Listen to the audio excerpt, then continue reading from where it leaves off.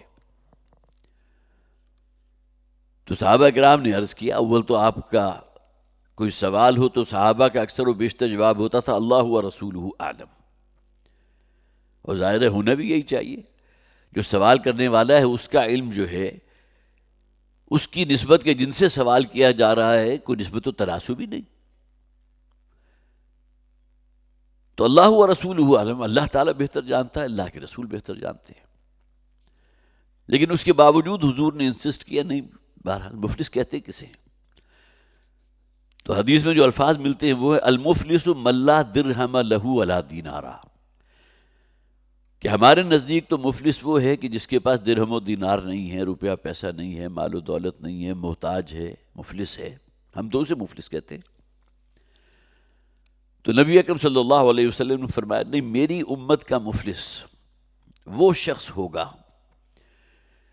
کہ جس نے اس دنیا میں اپنے کسی مسلمان بھائی کا حق غصب کیا، اس کا مال کھایا، کسی کو گالی دے دی، کسی پر پودان جڑ دیا، کسی کو تانا دے دیا، کسی کا دل دکھا دیا، کسی کا مذاق اڑایا.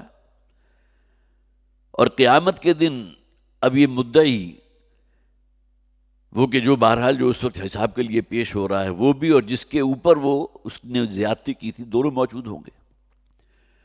تو اللہ تعالیٰ اس شخص کی جو نیکیاں ہیں، نیک اعمال ہیں، صدقات و خیرات ہیں، نمازیں ہیں، کوئی تہجدیں اگر ہیں تو وہ بھی وہ تقسیم کی جانے لگے گی ان لوگوں کے اندر کہ جن کا اس نے اس دنیا میں کوئی مال کھایا تھا، کسی کا دل دکھایا تھا، کسی کا حق تلف کیا تھا، کسی پر ظلم کیا تھا. بالآخر اس کی نیکیوں کا پلڑا جو ہے وہ خالی ہو جائے گا. تو اب دوسرے جن کے ساتھ اس نے یہ معاملہ ظلم اور ناانصافی کا کیا تھا، ان کے گناہ اس کے نامہ اعمال میں شامل کر دیے جائیں گے. یہ پوری تفسیر حضور نے جو ہے حدیث میں بیان کی. اور پھر آخر میں فرمایا اور اس کے بعد پھر فرشتوں کو حکم ہوگا اور اسے اونھے منہ گھسیٹتے ہوئے جہنم میں ڈال دیں. ایک نہیں متعدد احادیث موجود ہیں. تو یہ ہے اصل میں جیسا کہ حضور نے فرمایا میری امت کا مفلس. تو بات جو ہے وہ اصل میں اس صورت کے نام سے چل رہی تھی کہ غبن کہتے کسے کہ اس دنیا میں کسی کو مالی نقصان پہنچانا، کسی اور اعتبار سے حق تلفی کرنا، ظلم کرنا. اس دنیا میں تو اس کو کچھ فائدہ ہو گیا، لیکن آخرت میں اس کا معاملہ بالکل برعکس ہوگا. تو ایک تغابن وہ بھی ہے کہ جو اس دنیا میں دو افراد یا دو جتھوں یا جماعتوں کے درمیان ہوتا ہے، ایک دوسرے کو نقصان پہنچا رہے ہیں، ایک فائدہ حاصل کر رہا ہے، دوسرا نقصان اٹھا رہا ہے. لیکن اصل فیصلہ آخرت کا ہوگا. ذالک یوم التغابن، یہ آیت نمبر 9 ہے غالباً اس سورہ مبارکہ کی، کہ جہاں سے اس سورت کا نام لیا گیا کہ تغابن، اصل فیصلے کا دن. کون ہارا کون جیتا، وہ فیصلہ تو قیامت کے دن ہوگا، یوم حشر. پھر دوسری بات یہ کہ سورہ مبارکہ کا جو زمانہ نزول ہے اس کے بارے میں اختلاف رائے ہے. اگرچہ تمام مصحف کے اندر آپ کو لکھا ہوا نظر آ جائے گا سورت مدنی سورت ہے، مدینہ میں نازل ہوئی. لیکن ایک ایسا اختلاف کہ جو تقریباً تمام ہی مفسرین نے اس کو بیان کیا ہے کہ اس سورہ مبارکہ کی 10 آیات مکی ہیں اور 8 آیات مدنی ہیں. اس کی بنیاد یہ بھی ہو سکتی ہے کہ چونکہ 10 آیات کا جو ایک نفس مضمون ہے، جو اس کا انداز ہے، وہ مکی صورتوں کا سا انداز ہے.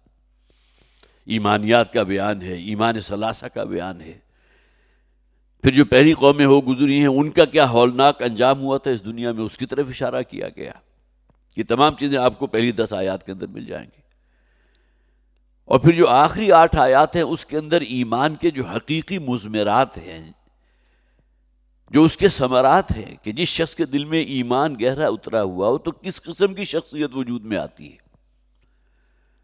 تو اس کے بارے میں خیال ہے بہت سے مفسرین کا کہ یہ مدنی ہے. بہت سی تفسیروں میں مطالعہ کر رہا تھا، سبھی نے اس اختلاف کو بیان کیا.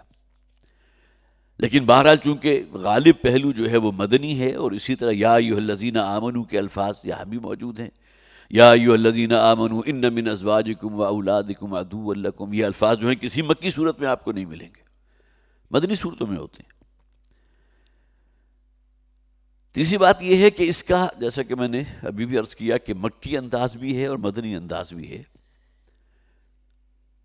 تو پہلی جو 7 آیات ہیں وہ ایمانیات ثلاثہ کے بیان میں قرآن حکیم کا بہت جامع مقام. تینوں ایمانیات کو اس طرح یکے بعد دیگرے اکٹھا کر دینا.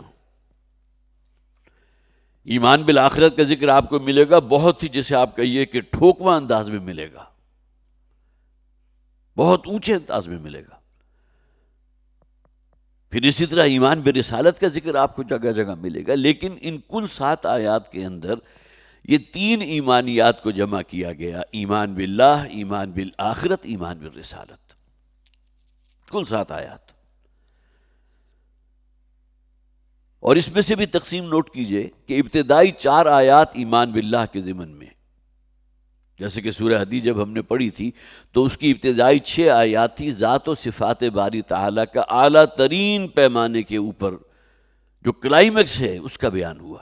هو الاول والآخر والظاہر والباطن، اللہ کی صفت علم کا بیان ہے، اللہ کی صفت قدرت کا بیان ہے، بادشاہی اختیار اس کے پاس ہے. سورہ حدید کی ابتدائی 6 آیات. اسی طرح یہاں جو ہے سورہ تغابن کی ابتدائی 4 آیات اس اعتبار سے بہت اہم ہیں کہ یہاں ایمان باللہ کا ذکر ہے بڑی جامعیت کے ساتھ. پھر 2 آیات وہ کہ جس میں ایمان بالرسالت کا ذکر. ایمان بالرسالت کے حوالے سے نوٹ کر لیجئے، آپ حضرات کے یقین علم میں بھی ہوگا کہ ایمان بالرسالت میں ایمان بالملائکہ اور ایمان بالکتب یہ دونوں اس کے اندر مخفی ہیں، موجود ہیں. کسی کو اگر آپ اللہ کا رسول نمائندہ مانتے ہیں تو اس کے معنی کیا ہے کہ جو پیغام وہ پیش کر رہا ہے، جس ذریعے سے اس تک پہنچا، فرشتے حضرت جبرائیل علیہ السلام، ان پر بھی ایمان ہو گیا. اور پھر جو صحیفہ یا جو پیغام اس رسول تک پہنچا، ایمان بالکتب. وَلَٰكِنَّ الْبِرَّ مَنْ آمَنَ بِاللَّهِ وَالْيَوْمِ الْآخِرِ وَالْمَلَائِكَةِ وَالْكِتَابِ وَالنَّبِيِّينَ. وہاں گویا کہ ایمان برسالت کی یہ تینوں ڈائمنشنز بیان کر دی گئی، فرشتوں پر ایمان، کتابوں پر ایمان، رسولوں اور نبیوں پر ایمان. تو 2 آیات جو ہیں، آیت نمبر 5 اور 6، وہ ایمان برسالت کے ضمن میں، اور پھر ایک آیت ایمان بالآخرت کے ضمن میں، اور وہ بہت ہی جامع آیت ہے. اس لیے کہ واقعی یہ ہے کہ یہ مضمون بارہا بیان ہوتا رہا ہے کہ انسان کے عمل، سیرت و کردار پر اثر انداز ہونے والی سب سے بڑی شے آخرت پر اس کا ایمان کتنا راسخ ہے. مرنے کے بعد کی زندگی، محاسبہ، جزا و سزا. واللہ لتموتن کما تنامون ثم لتبعثن کما تستيقظون، جو حضور کا اولین دور کا خطبہ ہے. وَإِنَّهَا لَجَنَّةٌ أَبَدًا أَوْ لَنَارٌ أَبَدًا. کس درجے راسخ ہے اس کے قلب و ذہن میں یہ ایمان، جس کا تعلق اس دنیا میں اس کی گزر بسر سے ہے. زندگی کیسے گزارے گا؟ پرائرٹی دین ہے یا یہ دنیا ہے؟ تو یہ تو کل کا کل ڈیپینڈ کرتا ہے انسان کے اس عقیدے کے اوپر کہ آخرت پر اس کو کتنا یقین حاصل ہے. سورہ بقرہ کی جو بالکل ابتدائی آیات ہیں وہاں نوٹ کیجئے، وَبِالْآخِرَةِ هُمْ يُوقِنُونَ کے الفاظ ہیں. ہم یومنون بھی تو آ سکتا تھا نا. ایمان بالآخرت کی اصطلاح قرآن میں کتنی مقامات پر بیان ہوئی، لیکن یہ کہ وَبِالْآخِرَةِ هُمْ يُوقِنُونَ، آخرت پر تو وہ یقین والا ایمان رکھتے ہیں. اور واقعی یہ ہے کہ اس اعتبار سے بہرحال ہمیں احساس ہوتا ہے کہ آخرت پر جو ایمان ہونا چاہیے ہمارا، جس کے زیر اثر ہماری زندگی میں ایک تبدیلی واقع ہو، دین ہماری ترجیح بن جائے، محاسبہ اخروی کا احساس جو ہے، وَأَمَّا مَنْ خَافَ مَقَامَ رَبِّهِ وَنَهَى النَّفْسَ عَنِ الْهَوَىٰ، یہ احساس ہمیں ہر لحظہ دامنگیر ہو. تو ایک آیت ہے کہنے کو، زَعَمَ الَّذِينَ كَفَرُوا أَن لَّن يُبْعَثُوا قُلْ بَلَىٰ وَرَبِّي لَتُبْعَثُنَّ ثُمَّ لَتُنَبَّؤُنَّ بِمَا عَمِلْتُمْ وَذَٰلِكَ عَلَى اللَّهِ يَسِيرٌ. ایک آیت، لیکن جو زغر کلام ہے اور اس کے اندر جو مؤکد انداز ہے، وہ تو ابھی ترجمہ یا اس کا جو مفہوم بیان ہوگا تو آپ کے سامنے آئے گی بات. تو گویا کہ ابتدائی 7 آیات جو ہیں اس میں ایمانیات ثلاثہ کا احاطہ کیا گیا بہت ہی جامعیت کے ساتھ. پہلا رکوع 10 آیت پر مشتمل، اور 7 کے بعد 8، 9 اور 10، یہ 3 آیات وہ ہیں جہاں انتہائی پرزور دعوت ہے ایمان کی. اللہ کی معرفت حاصل ہو گئی، کچھ دل کے اندر جو ہے ایمان اللہ پر، آخرت پر، اللہ کے رسولوں پر، ان کی تعلیمات پر، وہ کچھ پیدا ہوا. جیسے کہ میں نے عرض کیا تھا کہ اختلاف ہے کہ ابتدائی یہ آیات جو ہیں مکی ہیں یا مدنی ہیں، تو یہ انداز تو مکی صورتوں کا ہوتا ہے. اور اس کے بعد پھر پرزور دعوت ہے، فَآمِنُوا بِاللَّهِ وَرَسُولِهِ وَالنُّورِ الَّذِي أَنزَلْنَا وَاللَّهُ بِمَا تَعْمَلُونَ خَبِيرٌ. بس قدم آگے بڑھاؤ، بڑھو آگے.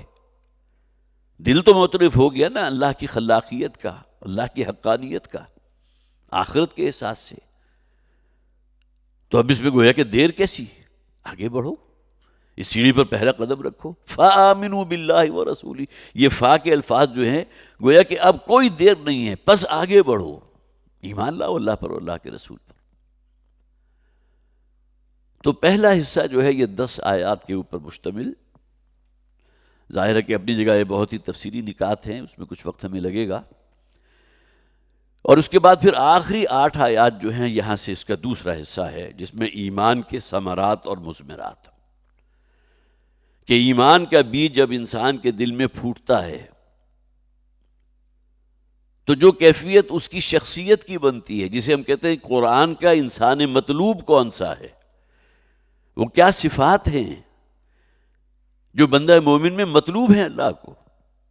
اور ایمان اگر دل میں موجود ہے تو ممکن نہیں ہے کہ صفات جو ہیں، اگر آپ نے کسی بیج ایسے درخت کا ڈالا ہے، مطلب ایسے پھل کا ڈالا ہے کہ جس سے آپ چاہتے ہیں کہ فرض کیجئے کہ آم کا پودا نکلے اور آم حاصل کریں، اور بیج تو آپ نے ڈالا لیکن بعد میں پتہ چلا امرود لگ گئے اس کے اوپر، اس کے معنی کیا ہوا کہ وہ بیج ہی جو ہے وہ آم کا نہیں تھا بلکہ وہ امرود کا بیج تھا. تو ایمان اور یقین والے درجے کا انسان کو حاصل ہوگا تو اس کو کیا برگو بار کسے کہتے ہیں؟ کسی بھی درخت کے ساتھ یا پودے کے ساتھ جو پھول لگے ہوں گے، جو آپ اس سے پھل حاصل کرتے ہیں، کوئی غلہ حاصل کرتے ہیں، فصل ہے تو اس کو برگو بار کیا ہے؟ وہی غلہ جو آپ حاصل کر رہے ہیں. تو ایمان اگر دل میں گہرا اترا ہو تو کیا برگو بار جو ہیں وہ وجود میں آتے ہیں، ان کا ذکر جو ہے پھر دوسرے رکوع میں ہے. اور اس ایمان کو پنپنے نہ دینے کے لیے جو فیکٹرز کام کر رہے ہیں، روپے پیسے کی محبت، اولاد کی محبت، بیوی کی محبت، ان تینوں کو جمع کیا گیا ان آیات میں. یہ سب سے بڑی رکاوٹ، یہ وہ بریک ہے کہ جس کو جب تک آپ اس کو ریلیز نہیں کریں گے آگے بڑھ ہی نہیں سکتے. تو دوسرا رکوع یا آخری 8 آیات، کل 18 آیات ہیں، 10 آیات پہلے رکوع میں، اس کی تقسیم میں نے آپ کے سامنے رکھی، اور 8 آیات جو ہے وہ دوسرے رکوع کی ہیں. اب آئیے سورہ مبارکہ کا ہم مطالعہ شروع کرتے ہیں.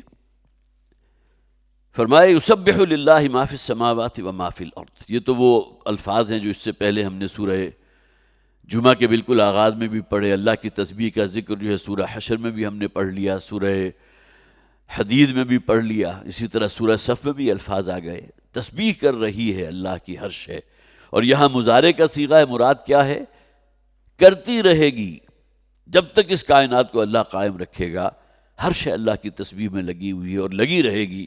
جو کچھ زمین و آسمان میں ہے، لہ الملک و لہ الحمد، اصل اختیار اور بادشاہی اس کی ہے. انسان اپنے آپ کو بڑا با اختیار سمجھتا ہے نا. نفس ماک ہم کم طرز فرعون نیست.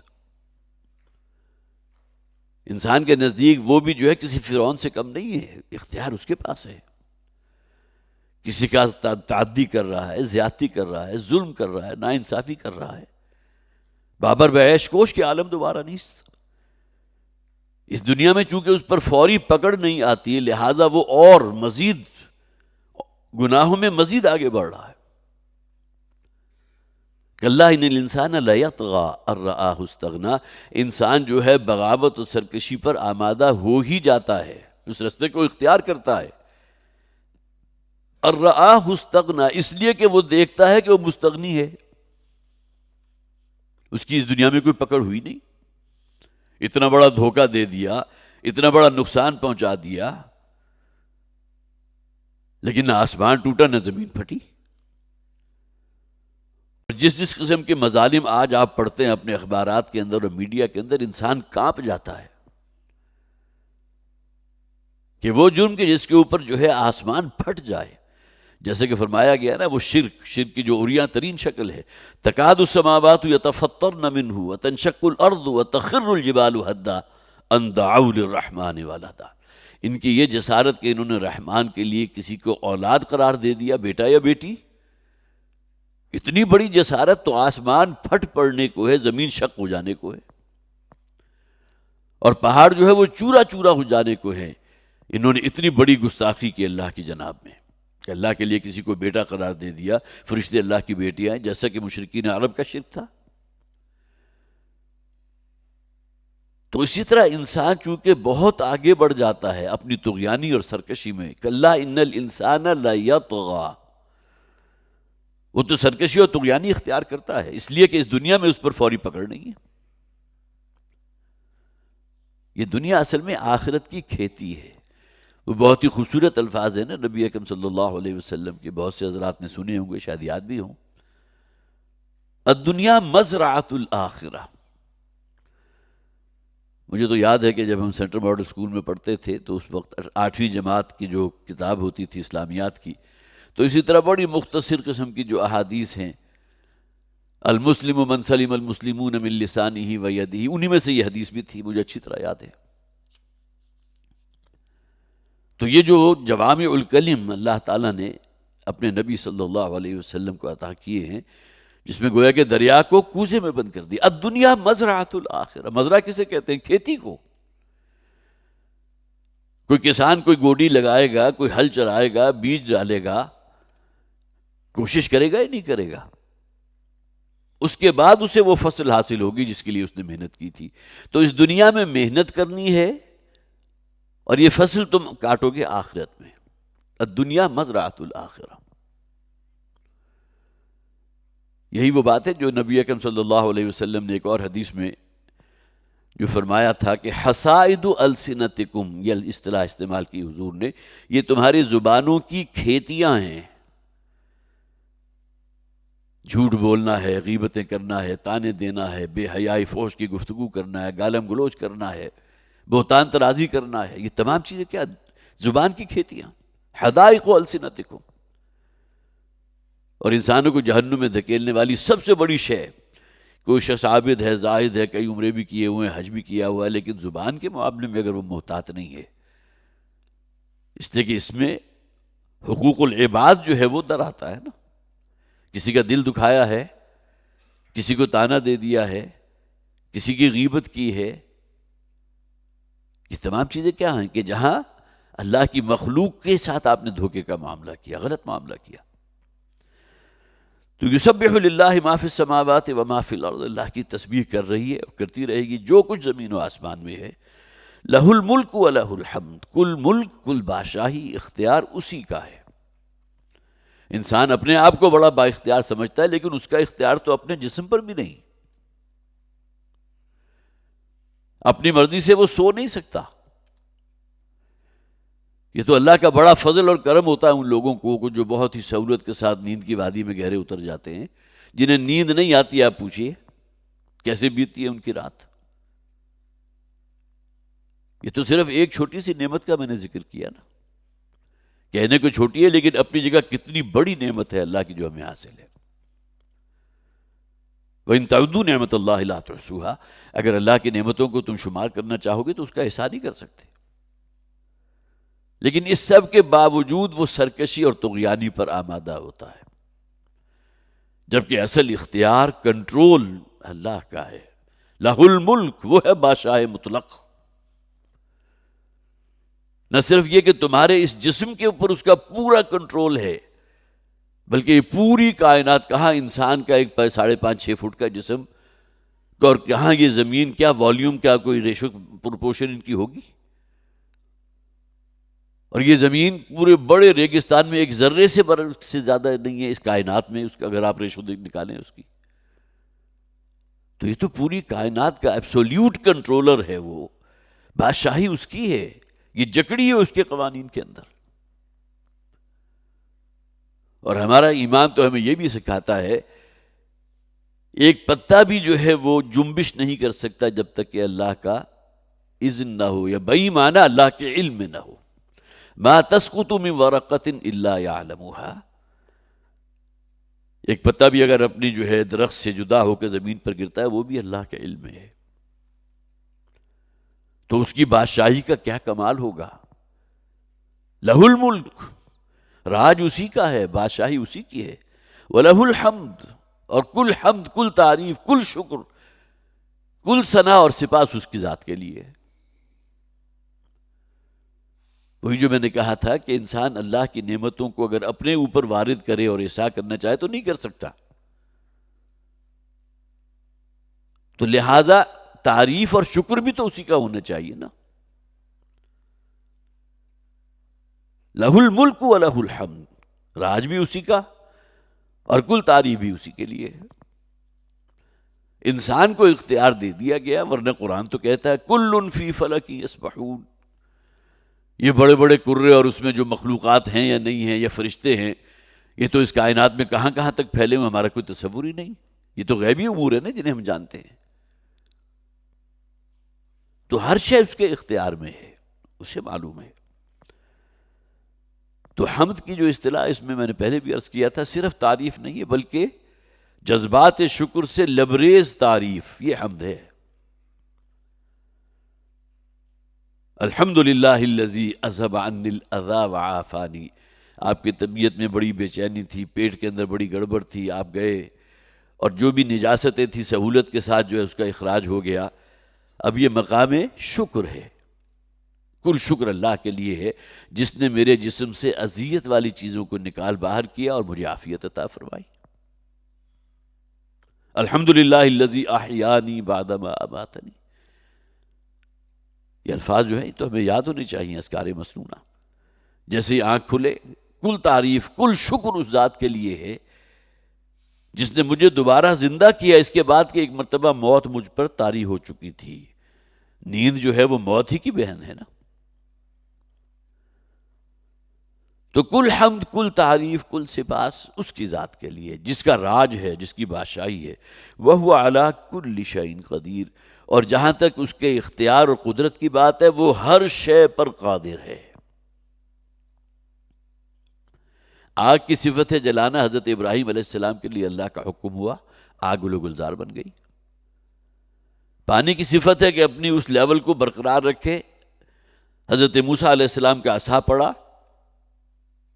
فَانْفَلَقَ، سمندر پھٹ گیا، وَكُلُّ فِرْقٍ كَالطَّوْدِ الْعَظِيمِ، اور ہر حصہ سمندر کا جو ہے ایک پیچھے آپ کا یہ ٹھاٹھے مارتا ہوا، ایک حصہ دائیں طرف ہے ایک بائیں طرف ہے، درمیان میں بالکل طریقِ یبسا کے الفاظ آئے ہیں۔ وہ رستہ جو بالکل خشک تھا، پیدل چلنے والے بھی اور رتھوں کے اوپر سوار بھی سب وہاں سے نکل گئے۔ ان حقائق کو کچھ فلمایا بھی گیا ہے، دی بائبل نامی جو پکچر تھی، میں نے کئی زمانہ تعلیم علوم میں دیکھی تھی، تو وہ تو ظاہر ہے کہ آرٹیفیشلی انہوں نے اس کو کریٹ کیا تھا، لیکن قرآن میں بھی اور بائبل میں بھی یہ ذکر تو موجود ہے۔ تو پانی کی صفت ہے لیکن اللہ کا حکم، وہ ہر شے کی قدرت رکھتا ہے۔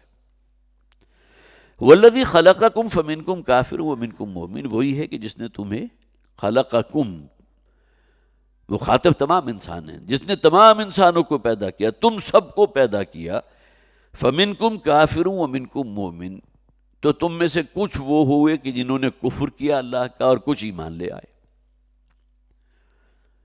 نبی اکرم صلی اللہ علیہ وسلم کی ایک حدیث ہے، کل مولود یولد علی الفطرہ، تمام مفسرین نے اس کو حوالے کے طور پر درج کیا ہے کہ اللہ تعالیٰ نے انسانوں کی جو پیدائش کا معاملہ فرمایا ہے تو دین فطرت پر انسان کو پیدا کیا، جس کے اندر توحید ہے۔ انسان کی جو پیدائش ہوتی ہے تو وہ فطرت کی کلین سلیٹ لے کر آتا ہے، اس کے اندر کوئی جو ہے آلائشی یا نجاستیں نہیں لگی ہوتی۔ کل مولود یولد علی الفطرہ فَأَبَوَاهُ يُهَوِّدَانِهِ أَوْ يُمَجِّسَانِهِ أَوْ يُنَصِّرَانِهِ، یہ اس کے والدین اور اعزاء و اقارب ہوتے ہیں کہ جس کے نتیجے میں کوئی شخص جو ہے وہ یہودی بن جاتا ہے، کوئی مجوسی بن جاتا ہے، کوئی نصرانی بن جاتا ہے، وہ ماحول جو اسے میسر آیا۔ تو گویا کہ ہر شخص جو اللہ نے پیدا کیا تھا وہ تو فطرت سلیمہ پر پیدا کیا، فطرت کی کلین سلیٹ۔ والذی خلقکم فمنکم کافر ومنکم مومن، اب چونکہ انسان کو اختیار اللہ نے دے دیا، ایک تو بچپن کا وہ دور ہے نا جو بالکل غیر شعوری کا دور ہے، 5 6 7 8 برس تک، اس میں تو نہ کوئی عقیدہ جو ہے وہ کوئی انسان کے ذہن کے اندر راسخ ہوتا ہے، نہ کوئی اپنے ماحول کو دیکھتے ہوئے وہ اپنے اندر جو ہے تبدیلیاں پیدا کر دیتا ہے۔ جیسا کہ ہمارا معاملہ ہوا تھا سب کا، اپنے والدین کو دیکھا نمازیں پڑھتے ہوئے، دادی کو نانی کو دیکھا قرآن حکیم کی روزانہ تلاوت کرتے ہوئے، عید کے موقع کے اوپر خوب نہا دھو کر اچھے صاف ستھرے کپڑے پہن کر عیدگاہ کی طرف جاتے ہوئے، تو وہ تمام کوالٹیز ہمارے میں بھی پیدا ہو گئی۔ تو انسان کو اختیار جو ملتا ہے جس پر اب اسے صحیح یا غلط، اما شاکر و اما کفورا، وہ شعور آنے کے بعد ہے۔ یہی وجہ ہے کہ فقہ کے کتنے ہی احکامات ہیں، جب تک انسان بالغ نہیں ہوتا وہ ساکت رہتے ہیں، جب بالغ ہو جاتا ہے تو اب گویا کہ انفورس ہو گئے، اب وہ شعور کی اس سطح کو پہنچ گیا کہ وہ اپنا برا بھلا خوب اچھی طرح سمجھ سکتا ہے۔ اب اس کا اختیار ہے، یہ اختیار اللہ نے انسان کو دیا ہے، چاہے تو میرا شکر گزار بندگی والا جو رستہ ہے اس کو اختیار کر لو، چاہے نفس پرستی والا اور شیطانوں کے نقش پا کی پیروی پہ لگ جاؤ، یہ اختیار انسان کے پاس ہے۔ تو هو الذی خلقکم فمنکم کافر، گویا کہ اسی اختیار کو اپنے جو ہے استعمال کرتے ہوئے کوئی شخص جو ہے وہ کافر ہو گیا، کوئی مومن ہو گیا۔ یہ ایک حد درجے کی ناشکری بھی ہے، اگر وہ کہیں غور و فکر کرتا اور اپنے خالق اور اپنے مالک کے جو انعامات اور احسانات اس کی ذات پر ہوئے ہیں اس کا کوئی شعور اسے حاصل ہوتا تو کیسے ممکن تھا کہ وہ نفس پرستی یا شیطان والا رستہ اختیار کرتا؟ ہونا تو یہی چاہیے تھا کہ وہ اس رستے پر آتا جو اللہ کی رضا اور خوشنودی والا رستہ ہے۔ تو هو الذی خلقکم فمنکم کافر ومنکم مومن، وہی ہے جس نے تم سب کو پیدا کیا، تو تم میں سے کچھ وہ ہوئے کہ جنہوں نے کفر کو اختیار کیا، کچھ منکر ہیں، اور پھر کچھ وہ بھی ہیں کہ جو ایمان والے ہیں۔ وہی معاشرہ تھا نا، وہی مکہ کی سرزمین تھی جہاں ابو بکر بھی تھے اور ابو جہل بھی تھا۔ حضرت ابو بکر رضی اللہ تعالی عنہ، ان کی ذات تو وہ ہے کہ جن کے بارے میں حضور نے فرمایا کہ جس کے سامنے بھی میں نے دین اسلام کی دعوت رکھی کچھ نہ کچھ توقف سب نے کیا سوائے ابو بکر کے، فوراً لبیک کہا، حضور کے ساتھیوں میں شامل ہو گئے۔ اور دوسری طرف وہ بدبخت تھا ابو جہل، اس کے اپنے مفادات تھے، ویسٹرن انٹرسٹ تھے، اس نے تو صاف کہہ دیا تھا کہ میں اگر ایمان لے آیا محمد پر صلی اللہ علیہ وسلم تو میں تو پھر اس کا غلام بن جاؤں گا، میری چودراہٹ مجھ سے چھن جائے گی، میرا جو سٹیٹس ہے اس سوسائٹی میں، اس معاشرے میں، وہ میرے ہاتھ سے جاتا رہے گا۔ تو فمنکم کافر ومنکم مومن واللہ بما تعملون بصیر، یہ ایمان بالآخرت جو ہے نا اس کو جگہ جگہ جیسے آپ کہیے کہ ہائی لائٹ کیا گیا ہے، اور جو کچھ بھی تم کرتے ہو اللہ دیکھ رہا ہے۔ صرف یہی ایک حقیقت اگر ہمارے ذہنوں کے اوپر چسپاں ہو جائے تو واقعی یہ ہے کہ انسان کی انفرادی زندگی کے اندر ایک عظیم انقلاب پیدا ہو جائے گا۔ میں اپنے رب کی نگاہوں میں ہوں، میرا رب مجھے دیکھ رہا ہے، لیکن یہ ہے بہت اونچا مقام۔ وہ جسے کہا گیا نا ایک حدیث میں، انسان کی جلوت اور خلوت جو ہے ان دونوں میں وہ اللہ کا متقی بندہ بنے، صرف لوگوں کو دکھانے کے لیے نہیں، لوگوں کی نظروں کے سامنے نہیں، بلکہ اس کی خلوت بھی وہ ہو کہ جس میں اللہ کی بندگی نمایاں ہو۔ واللہ بما تعملون بصیر، اور جو کچھ تم کرتے ہو اللہ اسے دیکھ رہا ہے۔ خلق السماوات والارض بالحق، اس نے پیدا کیا زمین و آسمان کو حق کے ساتھ۔ اب حق کے ساتھ کے کیا معنی ہے؟ با مقصد تخلیق ہے یہ۔ یہاں ذکر ہے زمین اور آسمان کا، جبکہ اللہ تعالیٰ فرماتا ہے وَلَقَدْ كَرَّمْنَا بَنِي آدَمَ وَحَمَلْنَاهُمْ فِي الْبَرِّ وَالْبَحْرِ۔ اس زمین و آسمان، اس کائنات میں انسان کی تخلیق وہ ہے جسے اللہ تعالیٰ نے سب سے ٹاپ کی تخلیق قرار دیا۔ ہم شاید سمجھتے ہوں کہ فرشتے شاید ہم سے بھی آگے کی تخلیق ہوں گے، لیکن اللہ تعالیٰ فرماتا نہیں، لَقَدْ خَلَقْنَا الْإِنسَانَ فِي أَحْسَنِ تَقْوِيمٍ۔ فرشتوں کے اندر تو گناہ کا مادہ ہی نہیں ہے نا، وہ اللہ کی نافرمانی سرکشی کیسے کر سکتے ہیں؟ لا يعصون اللہ ما امرہم، وہ اللہ کے حکم کی نافرمانی نہیں کر سکتے۔ یہ تو انسان کے اندر وہ جو ہے جسے سرکشی اور شرارت نفس کہہ دیجئے وہ رکھ دی گئی ہے، جس کی بنیاد پر وہ اللہ کا باغی اور اللہ کا سرکش بن جاتا ہے۔ تو خلق السماوات والارض بالحق، اللہ تعالیٰ نے اس زمین و آسمان کو جو تخلیق کی ہے تو صرف کوئی ایک مشغلہ نہیں تھا جو اللہ تعالیٰ نے اس مشغلے کی تسکین کر لی، اس کائنات کو پیدا کر دیا۔ اور اس کائنات کے نقطہ عروج پر کون ہے؟ انسان ہے۔ انسانوں میں محمد رسول اللہ صلی اللہ علیہ وسلم، وہ کس مقام پر ہوں گے؟ جملہ انبیاء و رسول۔ ان اللہ اصطفیٰ آدم و نوح و آل ابراہیم و آل عمران علی العالمین، انہی انسانوں کے اندر سے ہیں نا۔ لقد خلقنا الانسان فی احسن تقویم، انسان کو ہم نے بہت اونچے مقام، اونچے درجے کے اوپر پیدا کیا ہے۔ تو زمین و آسمان کی تخلیق با مقصد بالحق، وصورکم فاحسن صورکم، اور اس نے تمہاری نقشہ گری کی ہے۔ المصور اللہ تعالیٰ کے ناموں میں سے ایک نام ہے المصور، گویا کہ تصویر کشی جو ہے یہ اللہ کا فعل ہے۔ یہی وجہ ہے کہ متعدد احادیث موجود ہیں انسانوں کی تصاویر بنانے والے یا مجسمے بنوانے والوں کے لیے تو جہنم کا وعدہ ہے پکا، بلکہ انہیں کہا جائے گا، بعض احادیث میں ہے جو تم نے یہ کسی جاندار کی تصویر بنائی تھی اب اس میں جان بھی ڈالو، احادیث میں موجود۔ تو نقشہ گری تو اصل میں اس کا کمال ہے نا، وَصَوَّرَكُمْ فَأَحْسَنَ صُوَرَكُمْ، یہ نقشہ گری اس کی ہوئی ہے۔ یہ جو توازن انسان کے اندر اللہ نے پیدا کر دیا، دو آنکھیں بھی ہیں، ناک ہے، سینٹر میں ہے، اگر یہی چیزیں کہیں پشت پہ لگا دی جاتی تو کیسا انسان وجود میں آتا؟ اور صرف اس کا معاملہ جو ہے صرف ظاہر کے ساتھ نہیں ہے کہ کوئی شخص جو ہے بہت اچھی، جیسے آپ کہیں شکل و صورت والا ہے، سرخ و سفید ہے، بلکہ ہر شخص کا جو ہے سوچنے کا انداز الگ ہے، ذہانت و فطانت الگ ہے، قوت کار اور استعداد الگ ہے۔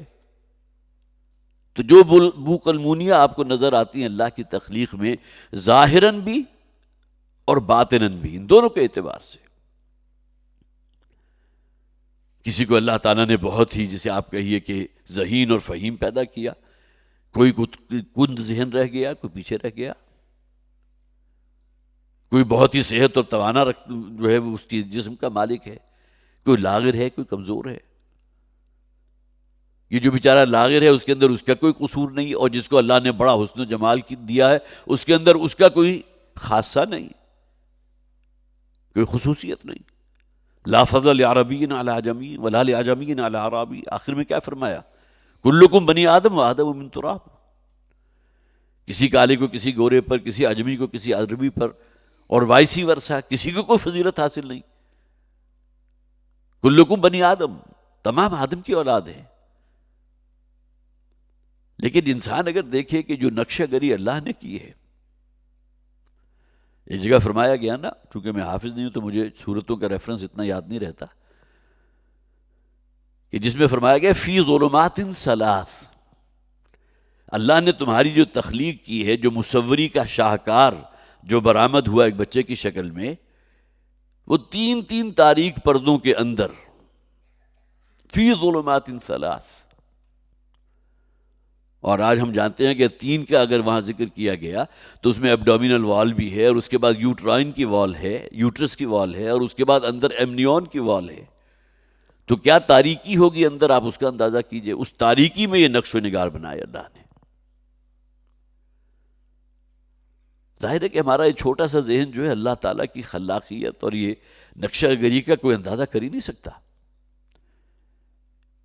کہ کس طرح وہی ایمبریولوجی کے مختلف پیریڈز ہوتے ہیں کہ پہلے صرف ایک جمع ہوا خون ہے، پھر ایک لوتھڑے کی شکل اختیار کر لی، اور اس کے بعد چھوٹے چھوٹے سے بڈز جو ہیں وہ نکل آئے سائڈ کے اوپر۔ اب یہ مختلف سٹیجز ہیں، اب 3 مہینے گزر گئے، اب 5 مہینے گزر گئے، اب 7 مہینے گزر گئے، اور اسی دوران جو ہے وہ آنکھیں بھی بن گئیں، آنکھوں کی جو پتلیاں ہیں اور اندر جو اس کا کارنیا ہے اور اس کے اندر جو ریٹنا ہے، اس کی پیچیدگیاں آج تک ہماری سائنس جہاں بھی پہنچ چکی ہے وہ اس کی تہ تک پہنچ ہی نہیں سکی۔ یہ سب کچھ ہو رہا ہے اسی لوتھڑے میں سے،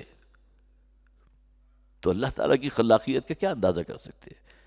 فَأَحْسَنَ صُوَرَكُمْ، نہ صرف یہ کہ اس نے نقشہ گری کی ہے تمہاری، بلکہ یہ کہ بہت ہی خوبصورت نقشہ گری کی، کیا ہی عمدہ اس نے تصویر بنائی ہے انسان کی، کیسی کیسی صلاحیتوں سے، جیسے کہ میں نے عرض کیا اسی مصوری کی باطنی حقیقت کیا، کیسی کیسی صلاحیتیں رکھی ہیں انسان میں، قوت کار، استعداد۔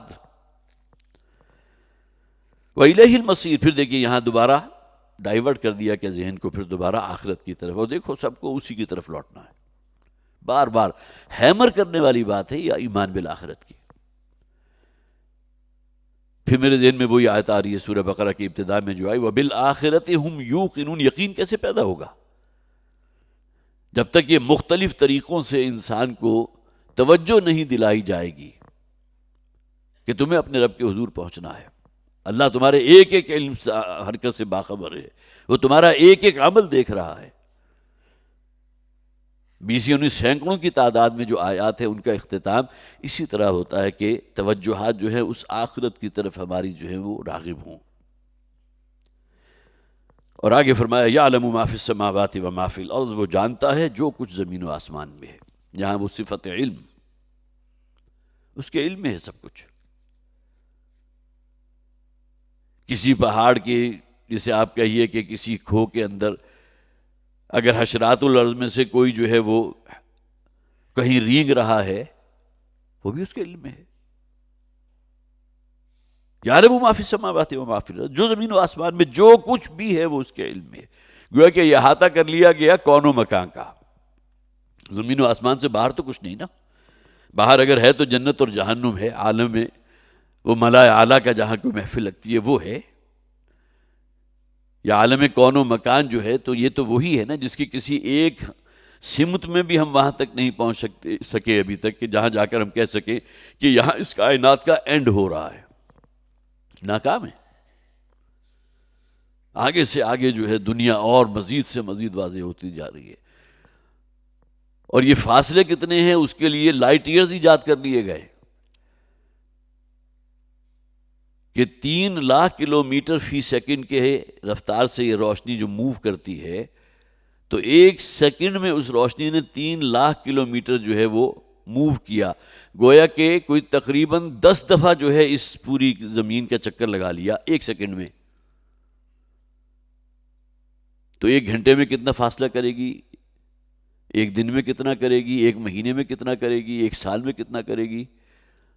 تو لائٹ ایئر وجود میں آ گئے کہ 1 سال مسلسل جو اب فاصلہ وہ ہمارے کیلکولیٹر کے اعداد جو ہیں ختم ہو جاتے ہیں. لیکن اس کائنات کے کسی ایک کارنر تک جہاں جا کر ہم کہہ سکیں کہ یہاں گویا کہ یہ جو ڈائمنشن اس کائنات کی وہ ختم ہو رہی ہے، اس کا ابھی تک جو ہے کوئی سراغ نہیں ملا.